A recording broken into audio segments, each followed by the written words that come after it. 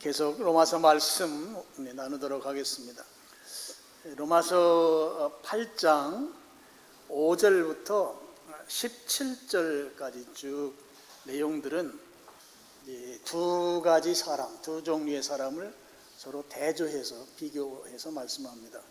두 종류의 사람이라 하면 하나는 육신을 따라 사는 사람들, 또 하나는 성령님을 따라 사는 사람들. 제가 지난번에 말씀드렸죠. 이 세상 사람을 둘로 나눈다면 하나는 육신에 속한 자 또는 육신을 따르는 사람, 또 하나는 성령님을 따르는 사람, 성령님에 속한 자, 그렇게 둘로 나눌 수 있다고 제가 말씀을 드렸습니다. 8장에서 가장 중요한 구절이 1절이라고 말씀드렸어요. 1절을 보면 그러므로 이제 그리스도 예수 안에 있는 자에게는 결코 정죄함이 없나니 이렇게 되어 있습니다. 자, 육신을 따라 사는 자와 성령님을 따라 사는 자, 세상 사람은 두 종류의 사람밖에 없어요. 성령님을 따라 살든지 아니면 육신을 따라 살든지. 그 이제 1절 말씀과 그 성령을 따라 사는 사람, 육신을 따라 사는 사람을 대응해서 설명을 하면 1절에는 그리스도 안에 있다는 표현이 나오거든요. 그러니까 성령님을 따라 사는 사람은 그리스도 안에 있는 사람입니다. 그리고 육신을 따라 사는 사람은 당연히 그리스도 밖에 있는 사람이 되는 것이죠. 자, 오늘 육신을 따라 사는 사람과 성령님을 따라 사는 사람, 그 둘을 서로 대조해서 8장 5절부터 쭉 설명해 가는데, 이 9절 말씀에 또 한 가지 성령님을 따라 사는 사람의 아주 중요한 특징을 설명해 주고 있습니다. 어떤 내용인가 하면, 성령님을 따라 사는 자에게는 9절 보면 너희 속에 하나님의 영이 거하신다 그랬습니다. 성령님을 따라 사는 자에게는 하나님의 영이 거하는 사람입니다. 하나님의 영은 물론 당연히 성령님을 말합니다. 성령님이 우리 안에 거한다는 거예요. 내 안에 거한다는 거예요. 거한다는 말을 이제 오늘 설교 제목에도 써놨습니다. 안내자의 살주자, 내주하신다고 표현해요. 성령님이 내 안에 내주하십니다. 성령님을 따라 사는 자의 아주 중요한 특징인 것이죠. 바로 성령님이 내 속에, 내 안에 내주 안에서 사시는 그런 분이시다 하는 것이죠. 9절 말씀을 보면 성령님에 대해서 다양하게 표현을 했어요. 하나님의 영이라고도 표현하고, 또 내려가다 보면 그리스도의 영이라는 말도 나오고 그냥 영이라는 표현도 나와요. 이 세 용어를 번갈아 가며 사용하고 있는데요.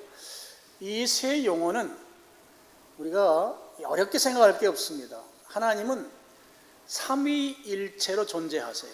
그러니까 삼위일체 되신 하나님의 관점으로 보면 하나님의 영이라고 했든지 아니면 그리스도의 영이라고 했든지, 여기에서 그냥 단순하게 영은 성령님을 말하죠. 성령님을 말하든지 모두가 다 성령님을 말하는 그런 의미가 이 세 가지 표현이 있지만, 삼위일체적 관점으로 보면 다 세 가지가 다 동의하다, 이렇게 여러분이 보시면 될 것 같습니다. 물론 이 9절에서 이걸 좀 복잡하게 설명하는 분들이 계신데요, 그걸 그렇게 개념할 필요는 없습니다. 바로 하나님이 삼위일체라고 하는 그런 관점에서 보면 하나님의 영은 그리스도의 영이고, 그리스도의 영은 하나님의 영이고, 그리스도의 영은 바로 또 성령이고, 그래서 이렇게 삼위일체적 관점에서 다 동의어로 여러분이 이 9절 말씀에 나오는 누구누구의 영이라고 표현하는 것은 그렇게 이해하시면 될 것 같아요.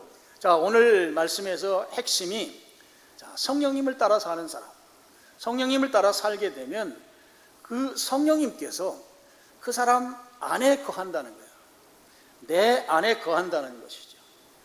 내 육체, 이 몸 안에 거하신다는 것입니다. 여러분이 성령님을 따라 사는 사람이 확실하면 성령님께서 여러분 안에 거하시는 걸 믿으시길 축원합니다.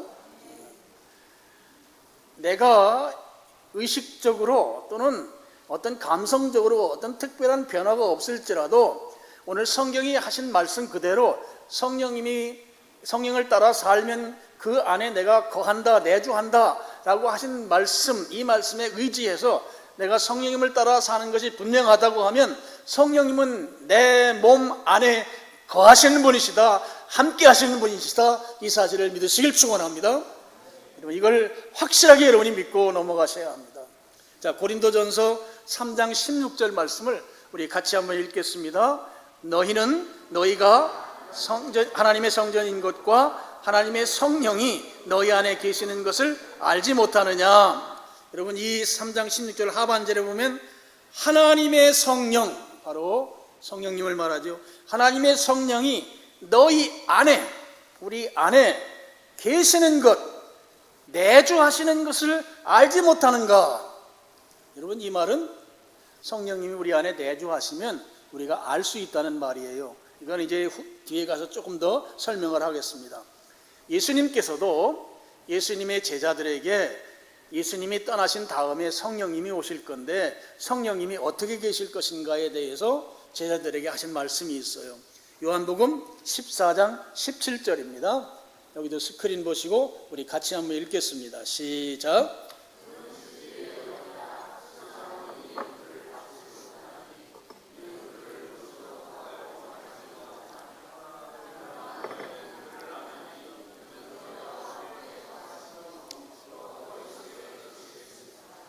여기에 성령님을 그라고 하는 인칭대명사를 쓰고 있어요.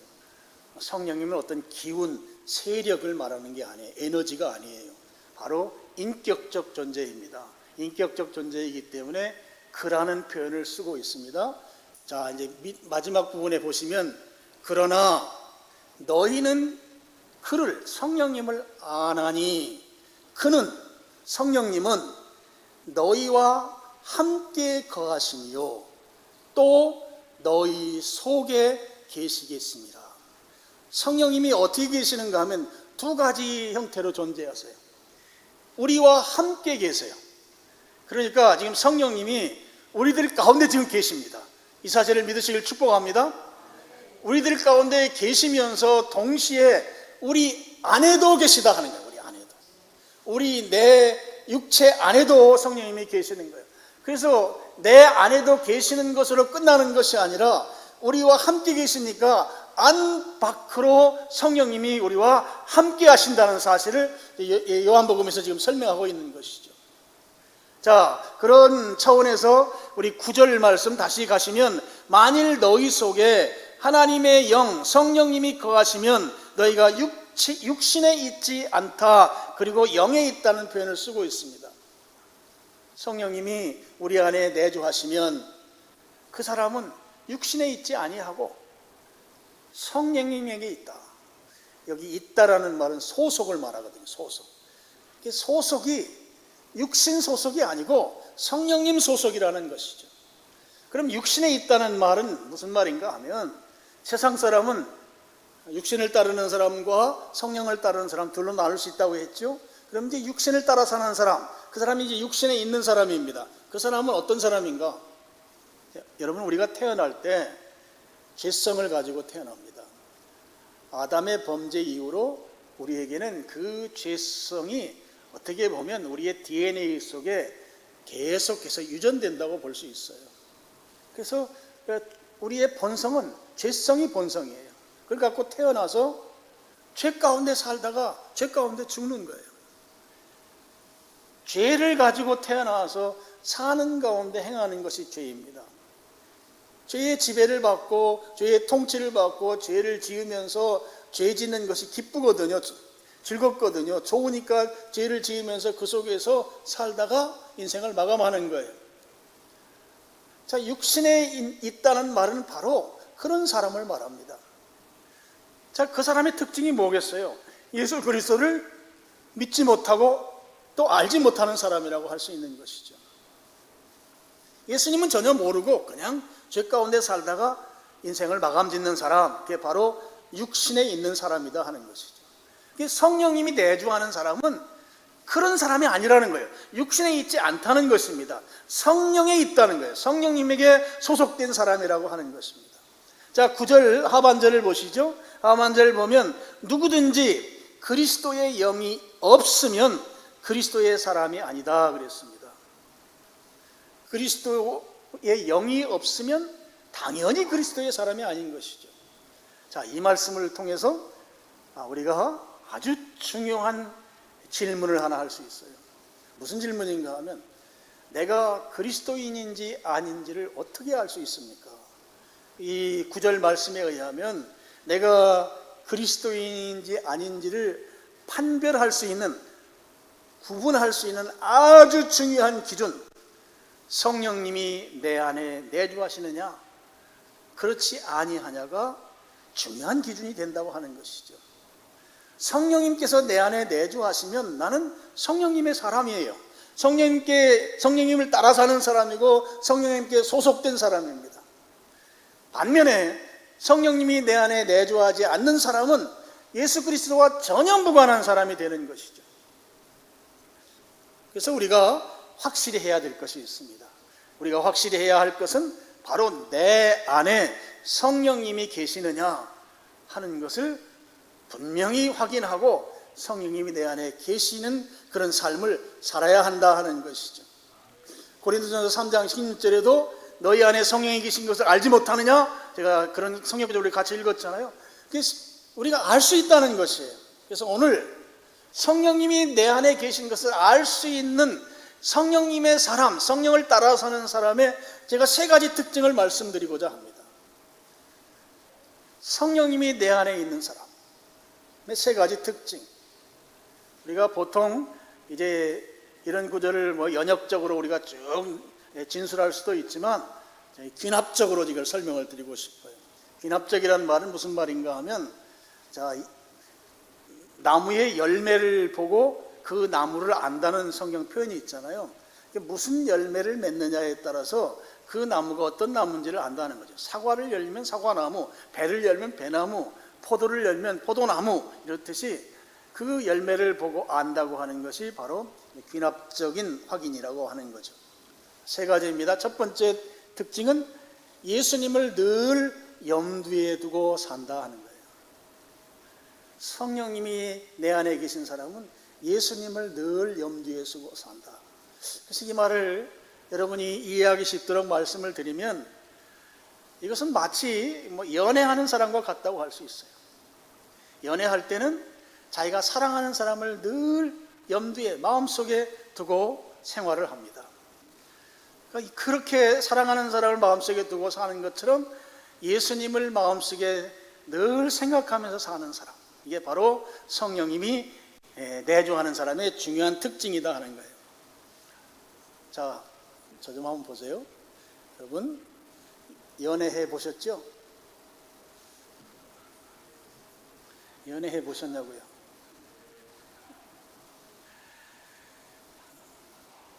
대답을 못 하시는 분이 꽤 계시네요. 제가 충격적이고 기적적인 얘기를 하나 하겠어요. 우리 할머니가 우리 할아버지를 만날 때 언제 만났는가 하면 결혼식 날 만났어요. 결혼식 날.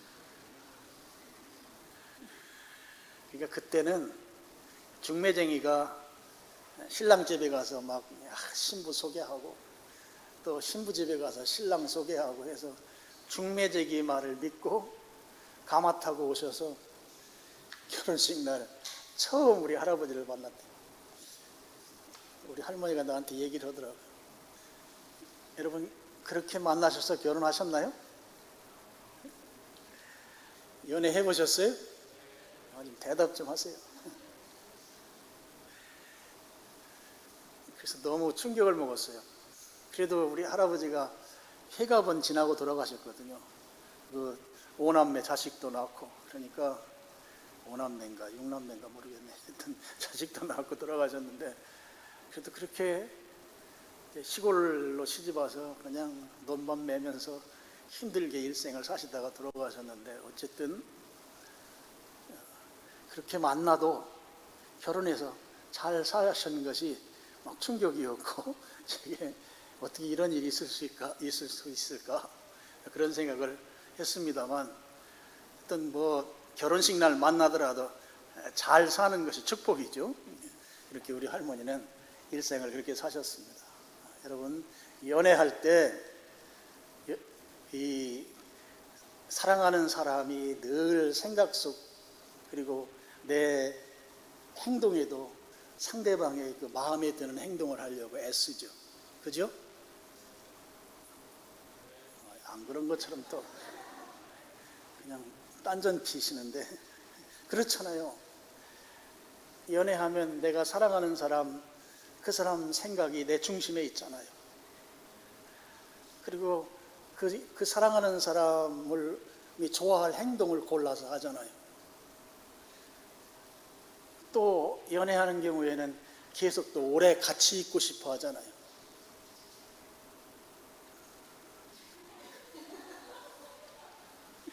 제가 다른 나라 얘기하는 게 아닌데 영 반응이 없네. 요즘 세대는 또 달라졌나? 저 같은 세대인데 영 공감이 안 되는 것 같아요. 같이 있고 싶어 한다고요. 같이 있고. 그래서 전화하고, 또 요즘은 SNS로 막 해서 잠자기 직전까지 막 SNS를 하고, 그 모든 것이 사랑하는 사람이 늘 자기의 염두, 마음속, 생각 속에 있다 하는 거예요. 여러분, 바로 성령님이 내주하는 사람이 바로 이와 같다 하는 것입니다. 하나님이 기뻐하는 삶이 무엇인지 확인하고 그런 삶을 살려고 힘쓴다고 하는 것이죠. 요한복음 14장 23절 보면 사람이 나를 사랑하면 내 말을 지키리로다 이런 말이 나와요. 사람이 예수님을 사랑하면 예수님의 말씀을 지킨다는 것이에요. 그러니까 예수님을 사랑하면 예수님이 무슨 말씀을 하셨는지 그 말씀을 찾게 되고 그 말씀에 순종하고자 하는 그런 노력을 하게 된다 하는 것입니다. 그리고 그 사랑하는 예수님이 죄를 싫어하시니까, 예수님은 빛이시고 죄는 어둠인데 이 둘은 공존이 불가능해요. 그걸 내가 알아요. 그래서 나도 예수님처럼 죄를 멀리하고 거룩한 삶을 살기 위해서 예배의 자리를 지키면서 힘써 나가는 것이죠. 내가 사랑하는 분이 예수님이시니까 내 생각 속에, 행동 속에 예수님이 염두에 둔 생각과 행동이 그대로 나타난다 하는 것입니다. 만약에 죄를 지을 때가 있어요. 우리가 실수하거나 또 이 습관이 오랫동안 내 몸에 배서 죄를 짓는 경우들이 있습니다. 그럴 때에는 내가 왜 그런 행동을 했는지 죄책감이 생기고 마음이 아프고 하나님 앞에 미안하고 죄송하고 제가 하나님을 믿는다고 또 하나님을 사랑하는데 이런 죄를 지었네요 하면서 마음속에 아파하는 마음을 갖게 되는 거예요. 주님을 염두에 둔 사람의 특징이 그렇습니다. 여러분, 성령님께서 내 안에 내주하신다 이렇게 말은 하는데 내가 주님이 기뻐하는 일에 대해서는 내가 전혀 무관심해요. 또는 내가 죄를 지어요. 죄를 짓는데도 전혀 부담이 없고 죄를 짓는데도 오히려 더 죄 짓는 삶이 기쁘고 뭐 그렇다고 하면 여러분 심각하게 자기 자신을 돌아봐야 돼요. 내가 그리스도인이 아닐 수 있다고 하는 사실입니다. 성령님이 내주하는 사람의 첫 번째 특징은 예수님의 마음에 드는 삶을 살려고 힘쓴다. 그의 생각 속에 예수님이 있고, 여러분 생각 속에 예수님이 계신가요? 계셔요? 그리고 여러분이 행동할 때 예수님 마음에 드는 행동하려고 힘쓰시나요? 그러면 성령님이 내주하신다고 하는 것이죠. 첫 번째 특징입니다. 두 번째 특징은, 성령님이 내주하는 사람의 두 번째 특징은 예수님의 몸인 교회를 섬기기를 기뻐한다는 것입니다. 교회에서 교회를 섬기는 일을 기뻐하는 거예요. 성령님이 내주하지 않으면 교회 섬기는 일이 기쁨이 있을 수 없는 것이죠. 근데 교회를 섬긴다고 할 때 교회 일이라고 하는 것이 굳은 일도 있고요. 겉으로 아무리 해도 겉으로 표시가 안 나는 일도 있고요. 또 어떤 때는 내 지갑을 열어서 재정을 지출해야만 해결되는 그런 일들도 있고요. 또 어떤 경우는 내가 아니면 그 일을 감당하지 못해서 내가 앞장설 수밖에 없는 그런 일들이 있습니다. 근데 그런 일들을 내가 감당할 때 내 속에 보람이 있고 뿌듯하고 기쁨이 생기는 것, 바로 성령님이 내주하는 자의 두 번째 특징이라고 하는 것이에요. 성령님이 내주하시면, 성령님이 내 안에 계시면 교회를 섬길 때 뿌듯해요.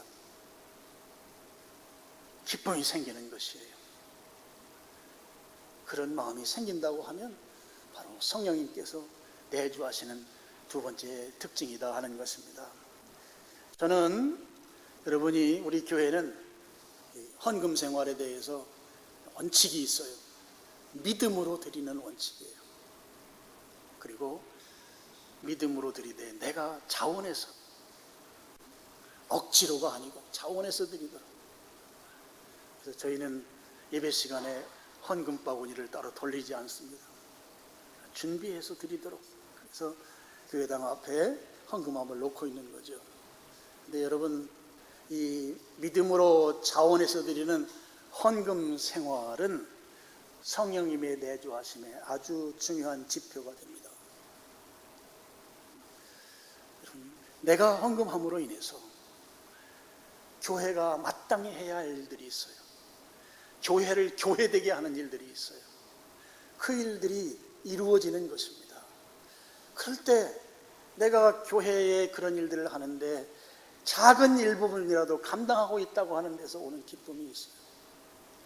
여러분, 교회는 교회로서 견고하게 유지해야 하고, 또 교회가 선교하고, 또 영혼 구원하고, 또 교회에서 전임사역하는 사역자의 사례비를 드리고, 이런 일들을 위해서 여러분이 기쁨으로 헌금해서 교회가 마땅히 해야 할 그 일들을 감당하는데 여러분이 헌금을 통해서 이루어간다고 할 때 그때 오는 뿌듯함과 흐뭇함이 있다고 하는 것이죠.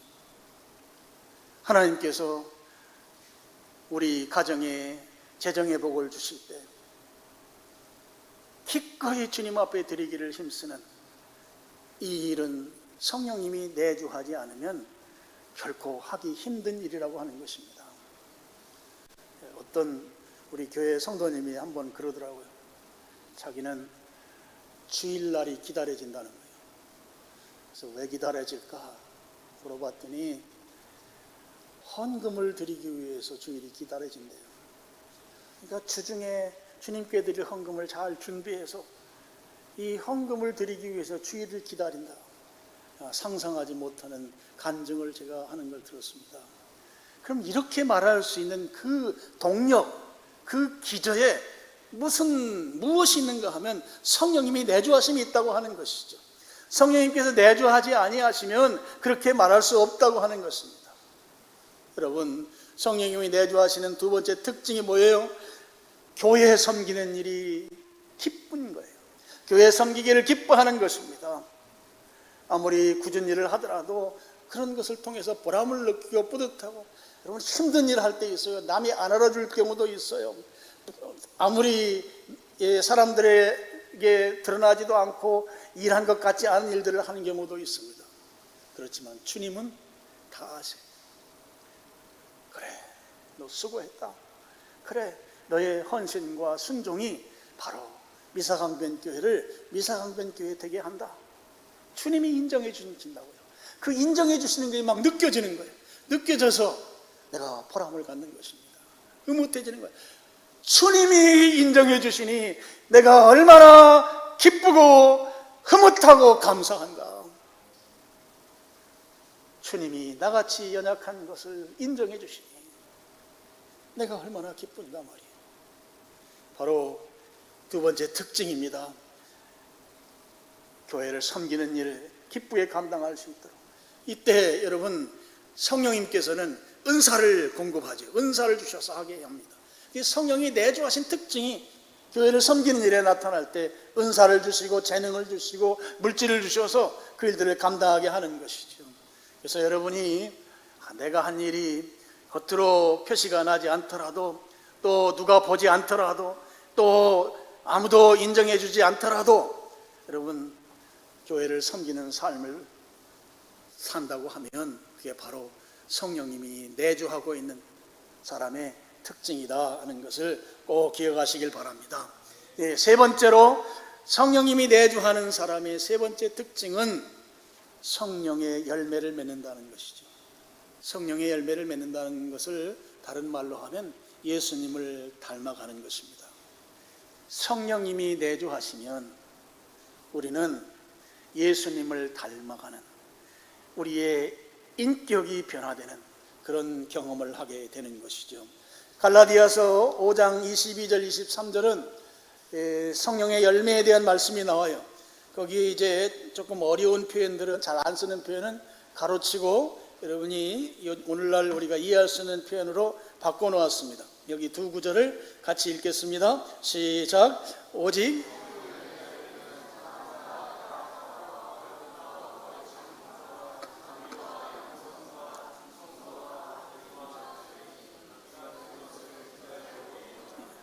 이걸 이제 성령의 9가지 열매라고 합니다.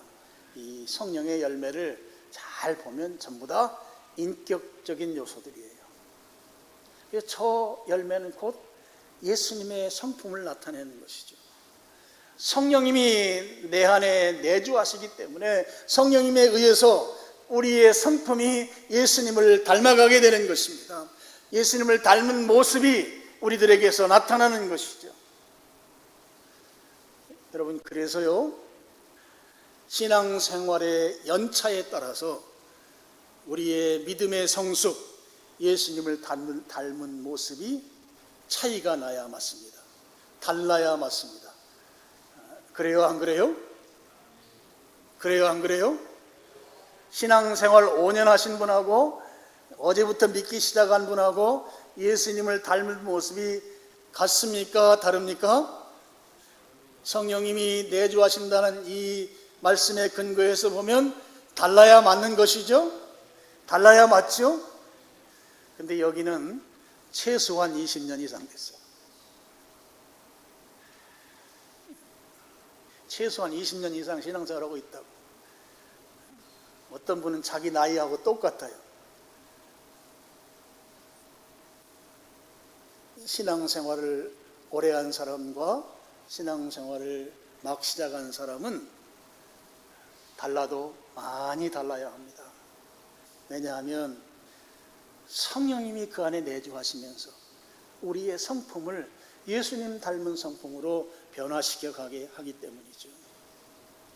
그래서 우리의 인격적인 변화가 아까 우리 고린도전서 3장 15절에 나오는 것처럼 성령이 너희 안에 계시는 것을 알지 못하느냐, 안다는 말이잖아요. 우리 인격적인 변화를 보고 나도 알고 내 주변 사람도 아는 거예요. 아이고, 아무개 집사님 하는 거 보니까 예수님을 보는 것 같아. 그런 말 듣기를 축복합니다. 집사님 보니 예수님을 보는 것 같아. 집사님 하는 말을 들으니 예수님이 나에게 해주시는 말 같아. 예수님을 인격적으로 닮은 사람의 모습이 아닐 수 없다 하는 것이죠. 여러분, 성령님이 우리 안에 내주하시면 세 번째 특징, 우리의 인격과 삶이 변화되는데 예수님을 닮는다 하는 것이죠. 근데 여러분, 우리가 하나 여기에서 기억해야 될 것은 우리의 인격이 일시에 완전히 바뀌는 게 아니에요. 어제까지는 그야말로 엉망진창으로 살았다가 오늘 갑자기 막 성자와 같은 모습으로 바뀌는 게 아니고 우리의 인격은 점진적으로 변화되어 갑니다. 그래서 언제까지 변화되느냐? 언제까지 변화될 것 같아요? 이 땅에 사는 그날까지 변화돼요. 천국 갈 때까지 변화해요. 우리의 이 예수님을 닮아가는 인격의 변화는 주님이 부르시는 그날까지 변화되는 것이에요. 이것을 성화라고 불러요. 성화. 신학 용어입니다. 우리는 계속해서 예수님을 닮아가는 거예요. 그런데 신앙 연조에 따라서 변화가 달라야 된다 하는 것이죠. 자, 말씀의 결론입니다. 성령님은 우리 안에 내주하십니다. 성령님은 여러분 안에 내주하십니다. 믿으십니까? 여러분, 성령님이 내 안에 계시다는 사실을 믿으시길 축원합니다. 여러분, 어떤 내 감성과 인격에 특별한 체험이 없을지라도 성령님이 내 안에 계신 것을 믿으시기를 축원합니다. 아니, 성령님이 내 안에 계신데 나는 아무렇지도 않아. 여러분, 그래도 성경이 우리에게 말씀하신 그대로 믿으시길 축원합니다. 성령님은 우리 안에 계신 분이십니다. 우리 안에 성령님이 계시는데 언제까지 계시느냐? 요한복음 14장 16절. 자, 여기도 같이 읽겠습니다. 시작. 내가 아버지께 구하겠으니 그가 또 다른 보혜사를 너희에게 주사 영원토록 너희와 함께 있게 하리니. 또 다른 보혜사는 성령님을 말하죠. 너희에게 주사 언제까지? 영원토록. 자, 그러면 지금 나는 혼자가 아닙니다. 노래 가사 중에 나는 혼자가 아니에요, 뭐 이런 가사가 있는 것 같은데, 나는 혼자가 아니에요.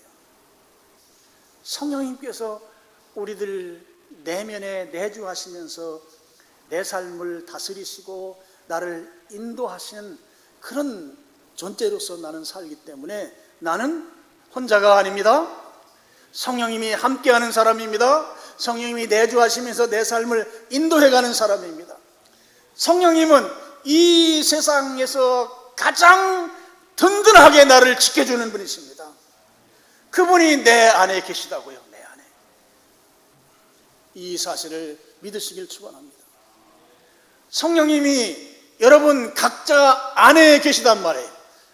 성령님이 각자 안에 계시면서 우리의 삶을 인도해 가신다는 것입니다.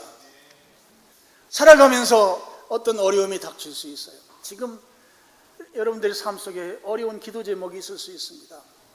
어떤 어려움이 있을 때 내 안에 계신 성령님께서 이제 나중에 보겠습니다만 말할 수 없는 통곡으로 하나님께 기도하고 그 기도 응답을 통해서 우리의 삶이 그 어려운 환경 가운데에서 벗어날 수 있도록 성령님께서 우리를 인도해 가신다 하는 것이죠.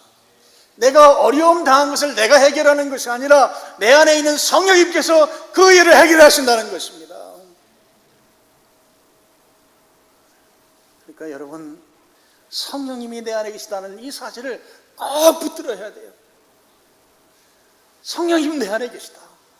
그래서 내가 어려움을 당하지만 어려움 이걸 내가 해결하도록 나에게 내버려 두지 않으신다. 이 어려움을 성령님의 과제로 알고 성령님께서 나서셔서 이 문제를 해결해 주신다. 여러분, 성령님은 그렇게 내주하셔서 역사하십니다. 오늘 어떤 어려움을 당할지라도 나는 혼자가 아니고 성령님이 함께 하신다. 그 어려움을 내가 해결하는 것이 아니고 내 안에 계신 성령님이 해결해 주신다. 이 사실을 믿으시고 당당하게 사시는 여러분 되기를 축원합니다. 담대하게 사시기를 축원합니다. 오늘 예배당을 나가면서 여러분은 고개를 들고 나가셔야 돼요. 여러분 혼자가 아니에요. 혼자가. 내 속에 성령님이 나와 동행하시고 나를 인도해 주시고 나를 다스리시고 문제를 해결해 주시고, 여러분 이 사실을 믿으시고 당당하게 나가시면 성령님께서 여러분의 문제를 다 해결해 주실 것입니다. 그래서 그런 상황 가운데에서 담대하게 사는 여러분 되시기를 주님의 이름으로 축원합니다. 기도하겠습니다. 아버지 하나님 감사합니다.